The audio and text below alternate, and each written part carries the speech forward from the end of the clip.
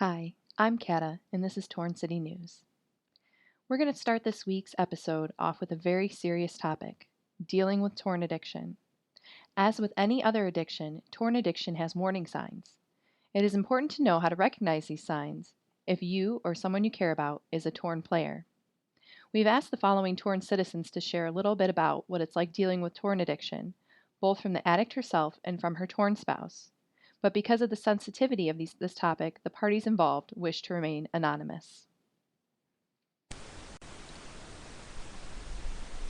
So, I was going to start talking about my experiences with torn addiction, but it really seems like the kind of thing that should have like sad, poignant music playing in the background. There we go. So, what I usually tell people is that I've tried a 12-step program to get clear of torn, except really it was 6 steps away from my computer, and then a notification went off, so I took the other 6 steps right back. I may or may not have, at my low points, woken up in the middle of the night to use the bathroom and snuck off to take a third Xanax, once or twice. Or 3 times. Okay, possibly 4. Let's just not keep count. I've lost so much because of this game. My children were taken away from me. No, wait, I don't have children. My friend's children went home once, but I'm pretty sure that was less related to torn and more related to them, not living here and their parents wanting to raise them. So maybe that's a bad example. When I first started in torn, I thought, oh, this will be a good time waster. I'll poke at it for a bit, then move on to other things. I think really my problems became more extreme when I encountered this one totally nefarious feature of Torn City, and it is a terrible one. It just really sucks you in and won't let go. It's called Friends, I believe, and they are horrible for staying clean, just horrible. It's tragic, really. Totally pity-worthy. I may need help.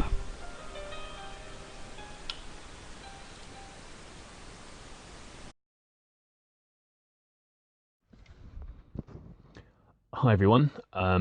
I've been asked to give voice to some of my experiences as the spouse of a torn addict, and whilst it's a very difficult subject to talk about, I hope that by sharing my experiences it may help other spouses of addicts feel that they're not alone, and that there are other people out there that are going through the same things. Started innocently enough. My wife began torn a little while ago, and it started innocently with just a little bit of leveling up here and there, the odd battle, the odd mission, but life carried on as generally it usually does. But it soon escalated, and very soon it became torn instead of work and instead of sleep. And there's something to be said when your wife walks out of your anniversary morning to take part in a chain. I think one of the low points was when the kids were cowering in fear in the corner. She threw a phone across the room because she'd overdosed on the final ecstasy pill after stacking on Xanax and DVDs. And it was then that I knew that there was a serious problem with this. I think the final turning point came during our weekly shop, when after she paid for all the groceries, she mugged the cashier to get 10% of her money back. And it was at that point that the police were involved, and she was taken away. She's currently serving 6 months for assault and battery. I think she's just very surprised that someone hasn't broken her out of jail yet, as her experience of it is that she's normally in there for about 2 minutes before someone finally releases her. So I hope that by sharing this, people understand they're not alone, and that there is support out there, and you just need to ask for help and do your best for your spouse. Thank you very much.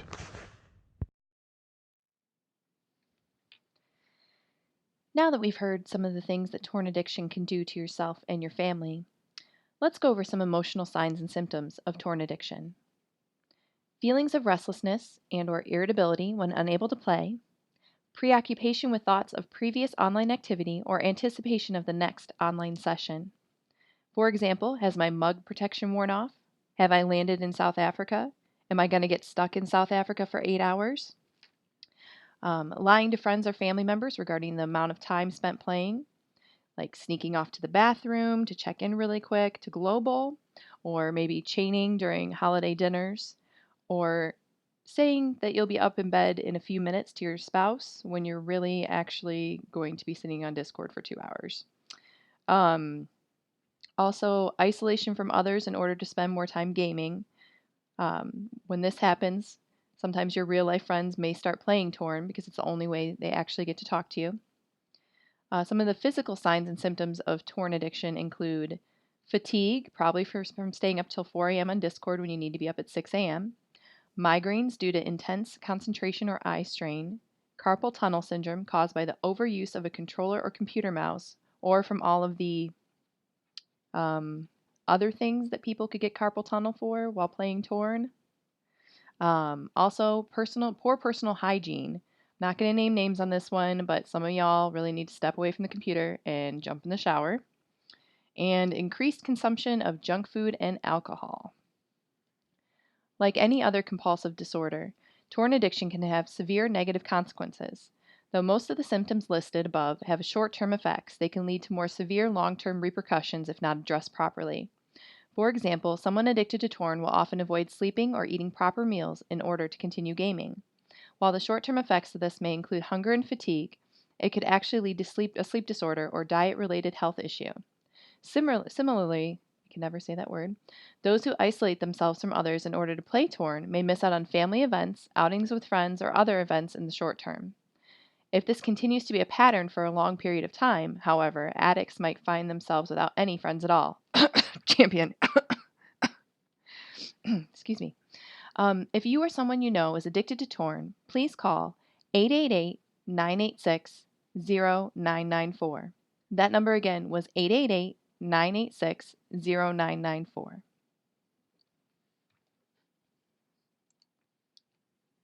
We have a couple personal shout outs today. I'd like to thank the dead man for donating $1 million to the Torn City News and for his kind words. He said, "Hey, I like your show and I hope it airs for a really long time. Thank you very much." We also have a shout out to Fallen Ferret and Numnuck from Mud. That's how it's written. Mud. And I'm supposed to say Bree. I'm not really sure if I did that right, and it's kind of awkward, and I kind of feel like I had something wrong with me when I said that. But that's what I was supposed to say, and I even watched this very interesting music video about it. I think my face is actually turning red from embarrassment of trying to do that. And in other news, Tiller has a Woody in his profile pic, so make sure you go check that out. Over the weekend, the JF family was successfully able to surround and remove IBB to Sector 7. Milk and Cookies was also fighting a major termed war with DA, which had been in the works for some time. Just before this war was to take place, Relentless tried to pull some backdoor shit and started a territory war from one of the Milk and Cookies territories. They held them off and kept their promise to fight DA, in which they literally shit stomped them. These guys in Milk and Cookies deserve a gold star. Milk and Cookies and 2.1 have secured the West Bridge with little to no resistance from 39th and the Forge Through War. But due to the fake wars from DEHT, One Punch, and Forge Through War, the JF advance has slowed considerably. On the east end of the front, JFK and the mighty JFA launched a group assault on the East Bridge. Going for the territory in the East Bridge, JFK was met with stiff resistance at first, but after Milk and Cookies and the PT family declared a chaining war for Rank 1, SA quickly abandoned the defense of the bridge and focused on the chaining wars. Top members of JFK moved to Milk and Cookies to help them win with the chaining war against SA, thus moving Milk and Cookies to Rank 1. But SA scored a major victory, holding off the PT family, despite them having guests from JFK as well. Now the action is on the east end. Now the action on the east end has halted as well because of additional fake wars between SA and One Punch. And morale in the SA coalition seems to be lower than ever, with several key members leaving the faction. With their fighting dying down, it seems SA may have accepted their fate, losing the island and possibly being rerouted to Sector 7. Two additional items I wanted to add on this war report is that Milk and Cookies definitely deserves the Most Badass Faction of the Week award. They've literally been all over the place. And Memento Mori and IBB are now both listed as neutral factions. We also have some new SA Dude news. I know everybody's super excited to hear about the dude. He recently reached legend, wait for it, dairy status when he accomplished having 14 out of the 15 top posts in general discussion. This recent turn of events just confirms that even though he might not have the highest karma, he is definitely the most important contributor to the Torn City forums. SA Dude, top poster, confirmed. This, folks, is the stuff legends are made of. We're really excited that DoctorN is turning 1 year. This weekend, there's going to be a big celebration over in the DoctorN Discord channel. The link will be included in the description of this video, so anybody can join and win lots of awesome prizes. The giveaways start Saturday, May 13th at 5 p.m. Torn time on the DoctorN server, and they have over $2 billion in prizes to get rid of. I do have some of the highlights from the DoctorN Turning 1 forum posts that I'm going to share with you right now. Thought some of them are pretty amusing.